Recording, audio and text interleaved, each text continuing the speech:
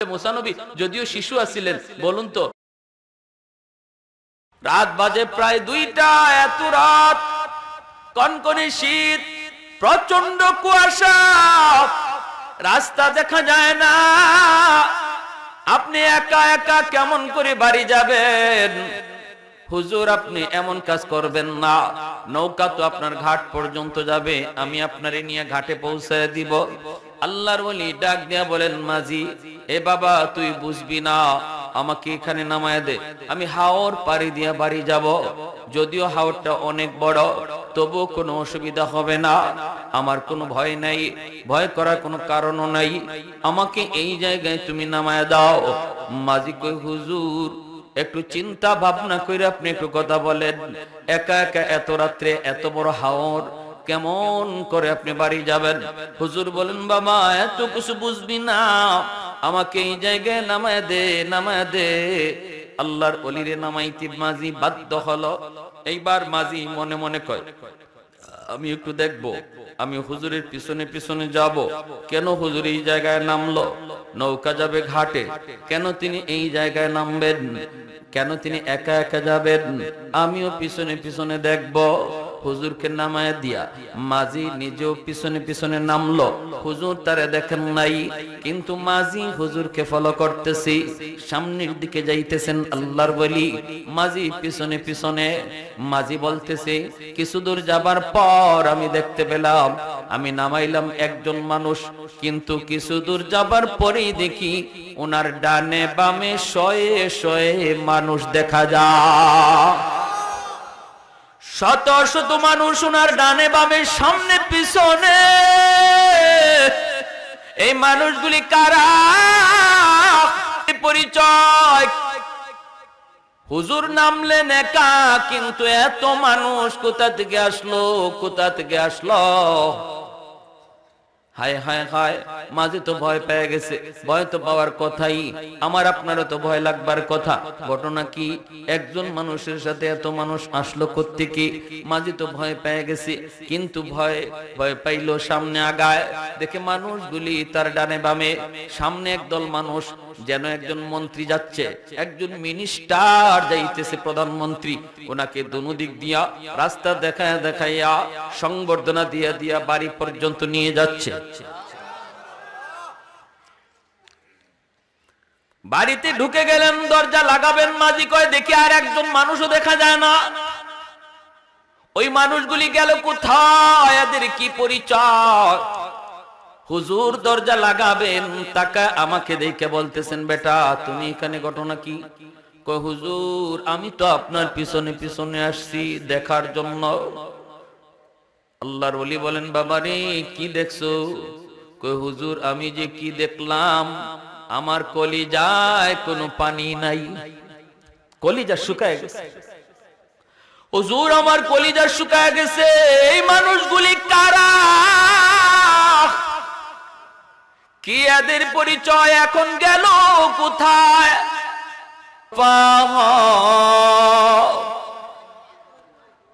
उल्फत में बराबर के वफा हो के जफा हो, हर चीज में लज्जत है अगर दिल में मजा हो, हर चीज में लज्जत है अगर दिल में मजा हो, एक चश्म ज़दन गाफिल ज़ा शाहिद नबाशी, शायद की निगाही को नदागाह नबाशी, शायद की निगाहें को नदागाह नबाशी। ला इलाहा इल्लल्लाह जुड़े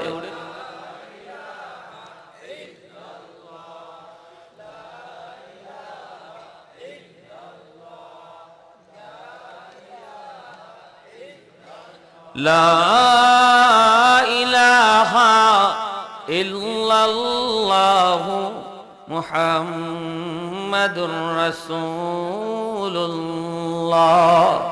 একটু জোরে সুরে বলি সাল্লাল্লাহু আলাইহি ওয়াসাল্লাম। ঐতিহ্যবাহী বরদিয়া ইসলামিয়া কওমি মাদ্রাসা এতিমখানার উদ্যোগে আয়োজিত আজকের বার্ষিক ওয়াজ মাহফিলের সম্মানিত সদরি ইজলাস, সভাপতি সাহেব, উপস্থিত জাতির বিবেক, উলামায়ে কেরাম, মুরব্বিয়ানে আযম, বিশেষ করে আমার আগে বয়ান পেশ করলেন জননন্দিত মুফাসসির কুরআন হযরত মাওলানা মুফতি আব্দুল্লাহ ফিরোজি পিরোজপুরি। আর বয়ান পেশ করলেন হযরত মাওলানা আবু বকর সাহেব, হযরত মাওলানা ইমদাদুল হক সাহেব। মঞ্চে আসীন জাতির শ্রেষ্ঠ সন্তান উলামায়ে কেরাম, অত্র এলাকার মুরব্বিয়ানে আযম, কলিজার টুকরা যুবক, পর্দার আড়ালে পর্দানিশীন মা ও বোনেরা, আল্লাহ পাকের দরবারে হাজারো কোটি শুকর যে রব্বুল আলামিন বড় দয়া করে, মায়া করে, মেহেরবানি করে আমাকে আপনাকে এই মুহূর্তে দুনিয়ার সমস্ত শুকলাত, পেরেশানি আর ব্যস্ততা থেকে মুক্ত করে শুধুমাত্র কেবলমাত্র আল্লাহ এবং আল্লাহর রাসূলের মহব্বত অন্তরে নিয়ে কোরআন হাদিসের মাহফিল তথা মায়ার নবীর হাদিসের ভাষায় জান্নাতের বাগানে আসার বসার কিছু নসিহত শোনার তৌফিক দিয়েছেন। এজন্য সবাই শুকরিয়াতান আওয়াজ করে কালিমাতুশ শুকুর বলি আলহামদুলিল্লাহ। মুআজ্জাজ হাজিরিন,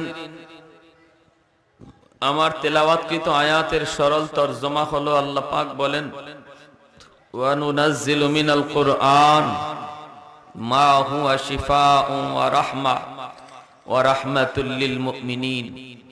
আমি আল্লাহ কোরআন নাজিল করেছি তোমাদের জন্য শিফা বানায়া, শিফা আরোগ্য, এবং গোটা জগতের জন্য রহমত বানাইয়া। জোরে কোন সুবহানাল্লাহ।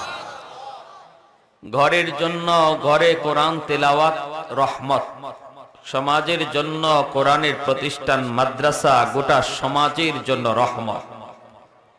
যেখানে মাদ্রাসা থাকে সেখানে আল্লাহর তরফ থেকে রহমত নাজিল হয়। যেই ঘরে কোরআন তেলাওয়াত হয় এই ঘরে আল্লাহর পক্ষ থেকে রহমত নাজিল হয়।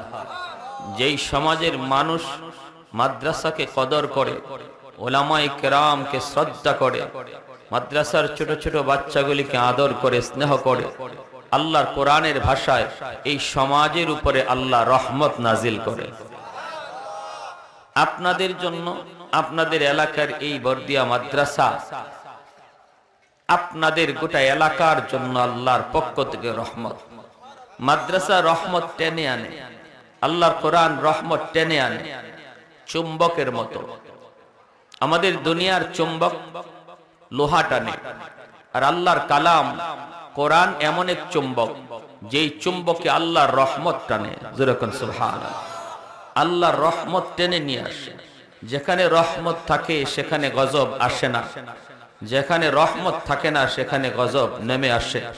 অতএব আসমানি গজব থেকে যদি বাঁচতে হয়, জমিনি গজব থেকে যদি বাঁচতে হয়, তাহলে কোরআনের প্রতিষ্ঠান মাদ্রাসাকে কদর করা লাগবে। আসমানি গজব থেকে যদি বাঁচতে হয় কোরআনের কদর করতে হবে, ঘরে কোরআন তেলাওয়াত বাড়াইতে হবে, সমাজের কোরআনের প্রতিষ্ঠান মাদ্রাসাকে দিল থেকে ভালোবাসতে হবে। তাহলেই আল্লাহ আসমানি গজব থেকে এলাকাকে হেফাজত করবে। ভাইরা আমার, এই যে রহমত আমরা পাই অবিরত আল্লাহর পক্ষ থেকে, এখনো গাছ থেকে ফুল হয়, ফল হয়, জমিন থেকে ফসল হয়, সূর্য পূর্ব দিগন্তে উঠে পশ্চিম দিগন্তে অস্ত যায়, সব কিছু আল্লাহর কালামের ভাষায় কোরআনের খাতিরে। যেরকম সুবহানাল্লাহ। কোরআনের তালিম, কোরআনের তিলাওয়াত, কোরআনের কদর সমাজে এখনো আছে বিদায় এখনো সমাজের মানুষ নিজের সন্তানকে হাফিজ বানায়, মাদ্রাসায় ভর্তি করে, নাতিটারে মাদ্রাসায় নিয়ে আসে, ওয়াজ মাহফিল হলে জমে বসে, কোরআনের কথাগুলা দিল দিয়ে শুনে। এই খাতিরে এখনো জমিনে গাছ থেকে ফুল হয়, ফল হয়, জমিন থেকে ফসল হয়, পূর্ব দিগন্তে সূর্য উঠে পশ্চিম দিগন্তে অস্ত যায়, এখনো আকাশ থেকে রহমতের বৃষ্টি নাজিল হয়, শুধুমাত্র কোরআনের মহব্বতের খাতিরে। যেরকম সুবহানাল্লাহ। প্যারে হাত। এজন্য আমি আপনি যত প্রকারের রহমত পাইতেছি আল্লাহর পক্ষ থেকে, সমস্ত রহমত যদি আমার ধরে রাখতে হয় বা আল্লাহর কাছ থেকে পাইতে হয়, তাহলে মাদ্রাসার বিরোধিতা করতে হবে না মাদ্রাসাকে মহব্বত করতে হবে? জোরে বলেন, বিরোধিতা না মহব্বত? মহব্বত করতে হবে। আমার জীবন বাঁচানোর জন্য, আমার সুস্থতার নিয়ামত নিয়ে বেঁচে থাকার জন্য, এখনো আল্লাহর রহমত পাওয়ার জন্য, সুখে শান্তিতে বসবাস করার জন্য, আসমানি গজব থেকে বাঁচার জন্য, আমার নিজের ফায়দার জন্য, নিজের স্বার্থের জন্যই মাদ্রাসাকে ভালোবাসতে হবে। কেউ যদি মনে করে আমি মাদ্রাসা রাখবো না, এতে করে মাদ্রাসার ক্ষতি হবে না, কিন্তু তার বিরাট ক্ষতি হয়ে যাবে। কেউ যদি বলে মাদ্রাসা বন্ধ করে দিব, আল্লাহ তার জীবন বন্ধ করে দিবে, রহমতের দরওয়াজা বন্ধ হয়ে যাবে, তার জন্য পৃথিবী সংকুচিত হয়ে যাবে, আল্লাহ ছোট বানায় দিবে, সামনের সব অন্ধকার দেখবে। আমরা তাই দেখেছি, এদেশেও যারা কোরআনের বিরুদ্ধে কথা বলেছিল, বড় বড় কথা বলেছিল মাদ্রাসার বিরুদ্ধে, তাদের আর এখন তার জায়গায় নাই। আওয়াজ দিয়া বলেন ঠিক কিনা? দুনিয়ার লাইনেও তার জায়গাতে নাই, আখিরাতের লাইনে তো পিতা আছেই, দুনিয়ার লাইনেও তার জায়গাতে নাই। আল্লাহ তার জন্য দুনিয়াটারে ছোট বানায় দিছে, সংকীর্ণ হয়ে গেছে। এটা আল্লাহর কথা। কেউ যদি মাদ্রাসার বিরুদ্ধে লাগে, সে যেন নিজের পায়ে নিজে কুড়াল মারলো। আলেম ওলামার বিরোধিতা করা মানে নিজের পায়ে নিজে কুড়াল মারা। এটা অনেকেই বুঝে না। আমি কার বিরুদ্ধে লাগলাম? আমি তো আমার বিরুদ্ধেই লাগছি। আমি কার পা ভাঙতে কই? আমি তো আমার পাই ভাঙতেছি, ঠিক কিনা? মায়ার নবী, দয়ার নবী বলেন, উম্মত, এই সূক্ষ্ম কথাটি যদি তোমরা নাও বুঝো, এই জগতের রহমতের ধারাবাহিকতা আল্লাহ কাদের উসিলায় রাখলো জারি এখনো, এই কথাটা তোমরা যদি নাও বুঝো, নবী বলেন মানুষ সারা আর যত প্রাণী আছে দুনিয়ায়, সবাই তারা অক্ষরে অক্ষরে এই জিনিসটা বুঝে এবং জানে যে আল্লাহ দুনিয়া টিকায় রাখছে মাদ্রাসার খাতিরে। ইন্নাল আলিমা ইস্তাগফিরু লাহু মান ফিল আরদ ওয়া মান ফিস সামা হাত্তাল হিতানু ফি জাওফিল মা ওয়া ফি রিওয়ায়াতিন আন-নামলাতু ফি জুহরিহা।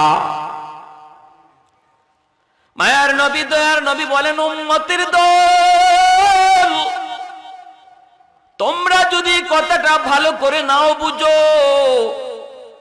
আসমান জমিনের আর যত মাখলুক রয়েছে, আর যত মাখলুক, পানির নিচের মাছ, এমনকি গর্তের পিপিলিকা পর্যন্ত এই কথাটা ভালো করে বুঝে এবং জানে আল্লাহ কাদের উসিলায় পানির নিচের মাছকেও বাঁচায় রাখলো, আল্লাহ কাদের উসিলায় গর্তের পিপিলিকারও বাঁচায় রাখলো, আল্লাহ কাদের উসিলায় জঙ্গলের বাঘ ভাল্লুককেও বাঁচায় রাখলো।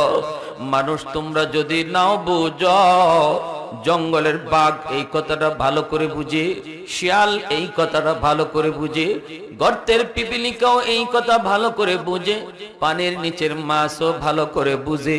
নবী বলেন, এজন্যই সমস্ত মাখলুক তারা 24 ঘন্টা মাদ্রাসার জন্য, আলেম ওলামার জন্য, কোরআনওয়ালাদের জন্য 24 ঘন্টা দোয়া করে। এমনকি গর্তের পিপিলিকা, গাছের পাতাটা পর্যন্ত অল টাইম মাদ্রাসার ছাত্রদের জন্য দোয়া করে। গর্তের পিপিলিকা কয়, মালিক, ঘরে ঘরে তুমি হাফেজ কোরআন তৈরি করে দাও, উলামায়ে কেরামের হায়াতের ভিতরে বরকত বাড়া দাও, বাড়া দাও। আল্লাহ মাদ্রাসার সমাজে তুমি তৈরি করে দাও, কারণ এই মাদ্রাসার খাতিরে, কোরআনের তালিমের খাতিরে আমি গর্তের পিপিলিকা এখনো বেঁচে আছি। জোরে কোন সুবহানাল্লাহ। এই মাদ্রাসার খাতিরে, ছোট ছোট তালেবে ইলমের খাতিরে এখনো পানির নিচের মাছ, আমি এখনো স্বাধীনভাবে পানির নিচে ঘুরি, আমি এখনো বেঁচে আছি। বাঘও এই দোয়া করে, জঙ্গলের শিয়ালও এই দোয়া করে, গর্তের সাপও এই দোয়া করে। এজন্যই উলামায়ে কেরাম যাদের সিনার মধ্যে আল্লাহর কোরআন ঢুকে, আল্লাহ পাক রব্বুল আলামিন এদের প্রতি মহব্বত হায়ওয়ানাতের অন্তরে ঢুকায় দেয়।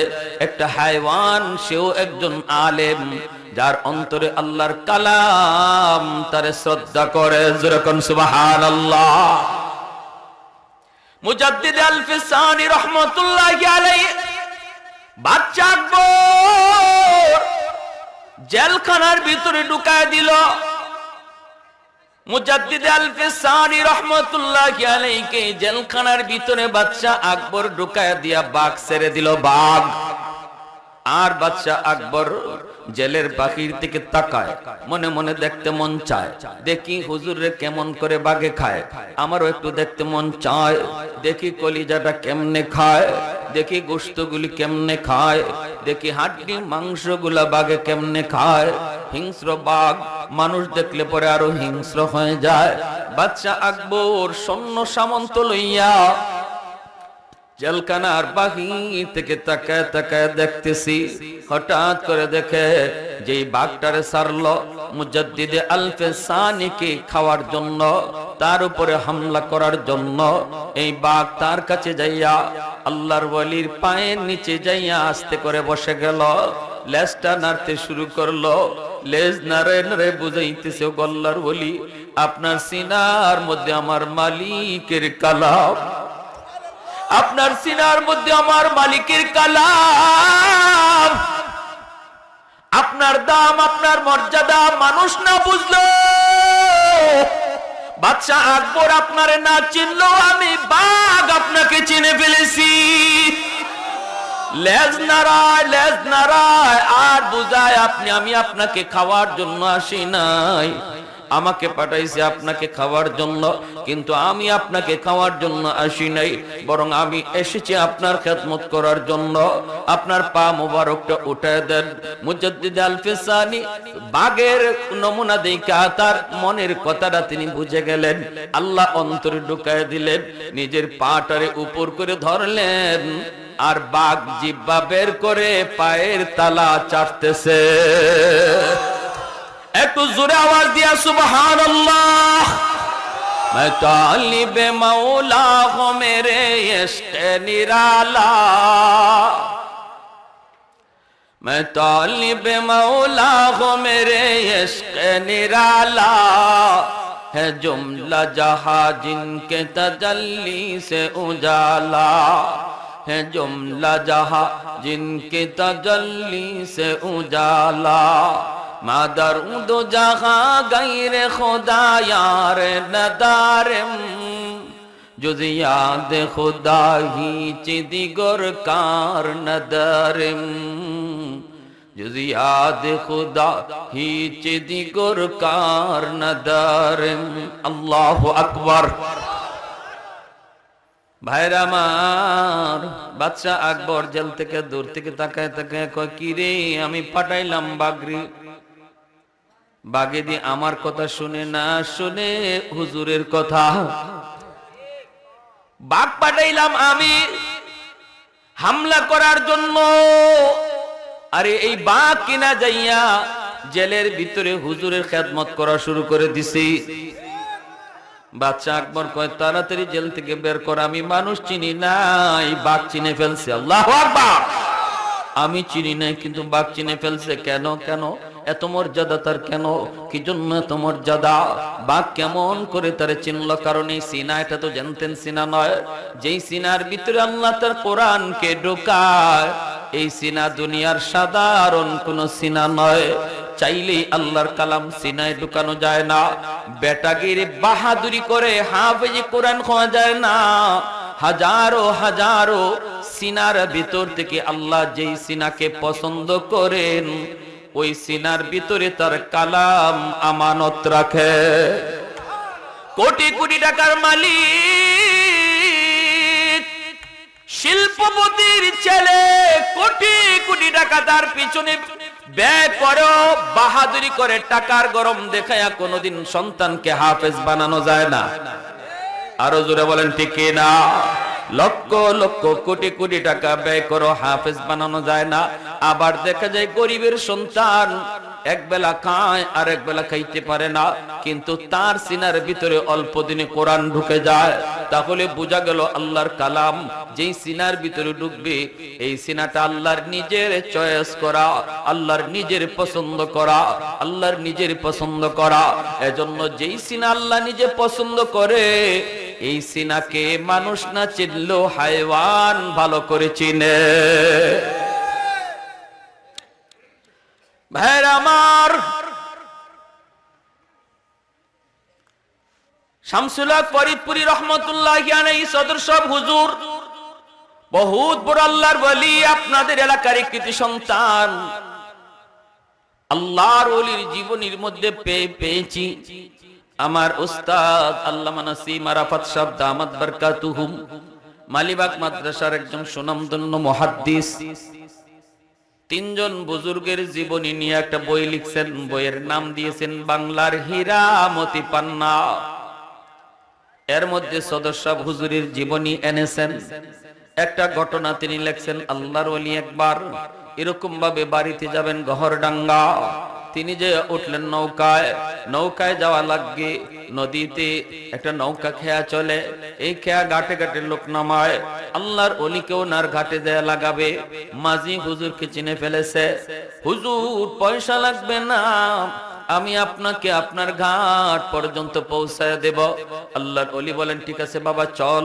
রাত বাজে 12টা, প্রচন্ড কুয়াশা, কনকনে শীত। এই অবস্থায় মাঝি হুজুরকে নিয়ে রওনা দিয়েছে। যাইতে যাইতে অনেক টাইম লেগে গেল, 1টা বেজে গেল, এখনো বাড়ির ধারে কাছেও যেতে পারেন না, কারণ ঘন কুয়াশা, নৌকা আস্তে আস্তে চালাইতে হয়। ওই অবস্থায় আল্লাহর ওলি হঠাৎ করে তিনি মাঝিকে ডাক দিয়া বলেন, মাঝি এ বাবা তুই আমাকে এই জায়গায় নামায় দে, আমি নৌকায় বাড়ি যাব না, এখানে আমাকে নামায় দে, আমি পায়ে হেঁটে বাড়ি যাব। মাঝি কই হুজুর এত রাত, রাত বাজে প্রায় 2টা, এত রাত, কনকনে শীত, প্রচন্ড কুয়াশা, রাস্তা দেখা যায় না, আপনি একা একা কেমন করে বাড়ি যাবেন? হুজুর আপনি এমন কাজ করবেন না, নৌকা তো আপনার ঘাট পর্যন্ত যাবে, আমি আপনারে নিয়ে ঘাটে পৌঁছায় দিব। আল্লাহর ওলি ডাক দিয়া বলেন, মাঝি এ বাবা তুই বুঝবি না, আমাকে এখানে নামায় দে, আমি হাওর পাড়ি দিয়া বাড়ি যাব। যদিও হাওরটা অনেক বড়, তবুও কোনো অসুবিধা হবে না, আমার কোনো ভয় নাই, ভয় করার কোনো কারণও নাই, আমাকে এই জায়গায় তুমি নামায় দাও। মাঝি কই হুজুর একটু চিন্তা ভাবনা করে আপনি একটু কথা বলেন, একা একা এত রাত্রে এত বড় হাওর কেমন করে আপনি বাড়ি যাবেন? হুজুর বলেন, বাবা এত কিছু বুঝবি না, আমাকে এই জায়গায় নামায় দে, নামায় দে। আল্লাহর ওলিরে নামাইতে মাঝি বাধ্য হলো। এইবার মাঝি মনে মনে কয়, আমি একটু দেখবো, আমি হুজুরের পিছনে পিছনে যাব। কেন হুজুর এই জায়গায় নামলো? নৌকা যাবে ঘাটে, কেন তিনি এই জায়গায় নামবেন? কেন তিনি একা একা যাবেন? আমিও পিছনে পিছনে দেখব। হুজুরকে নামায় দিয়া মাঝি নিজেও পিছনে পিছনে নামলো। হুজুর তারে দেখেন নাই, কিন্তু মাঝি হুজুরকে ফলো করতেছি, সামনের দিকে যাইতেছেন আল্লাহর ওলি, মাঝি পিছনে পিছনে। মাঝি বলতেছে, কিছু দূর যাবার পর আমি দেখতে পেলাম, আমি নামাইলাম একজন মানুষ, কিন্তু কিছু দূর যাবার পরেই দেখি ওনার ডানে বামে শয়ে শয়ে মানুষ দেখা যায়। শত শত মানুষ ওনার ডানে বামে সামনে পিছনে। এই মানুষগুলি কারা?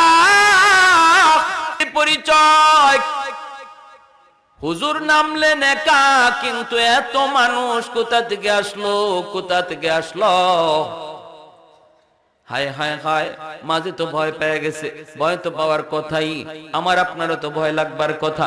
ঘটনা কি, একজন মানুষের সাথে এত মানুষ আসলো কোত্থেকে? মাঝে তো ভয় পেয়ে গেছে, কিন্তু ভয় পাইলো, সামনে আগায়, দেখে মানুষগুলি তার ডানে বামে। সামনে একদল মানুষ, যেন একজন মন্ত্রী যাচ্ছে, একজন মিনিস্টার যাইতেছে, প্রধানমন্ত্রী। ওনাকে দুনো দিক দিয়া রাস্তা দেখায়া দেখাইয়া সংবর্ধনা দিয়া দিয়া বাড়ি পর্যন্ত নিয়ে যাচ্ছে। বাড়িতে ঢুকে গেলেন, দরজা লাগাবেন, মাঝি কয় দেখি আর একজন মানুষও দেখা যায় না। ওই মানুষগুলি গেল কোথায়, এদের কি পরিচয়?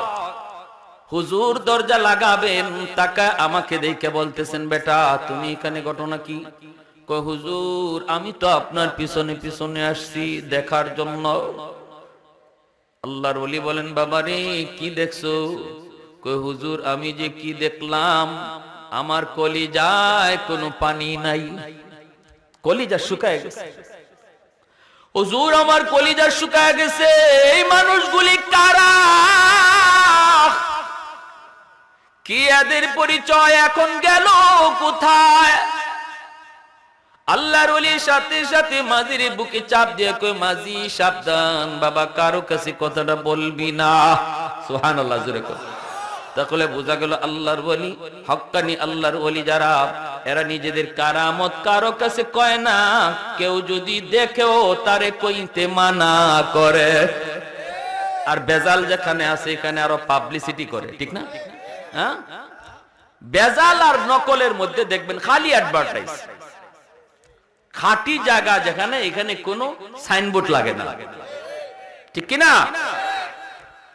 এটা খুব ভালো বুঝি আমরা বাঙালিরা। লেবেল যত চকচকা দেখবেন বুঝবেন বেজাল আছে। হুসাইন আহমদ মাদানী রহমতুল্লাহি আলাইহি এক লোক দেখলেই বলতো, বাতা দেউঙ্গা, বাতা দেউঙ্গা, বলে দিব, বলে দিব। যখনই আল্লাহর ওলিকে দেখতো, এই লোকটা একজন সাধারণ মানুষ, গ্রামের মানুষ, বিরাট মজমা উলামায়ে কেরাম চতুর্দিকে, আল্লাহর ওলির কাছে যাওয়া মুশকিল।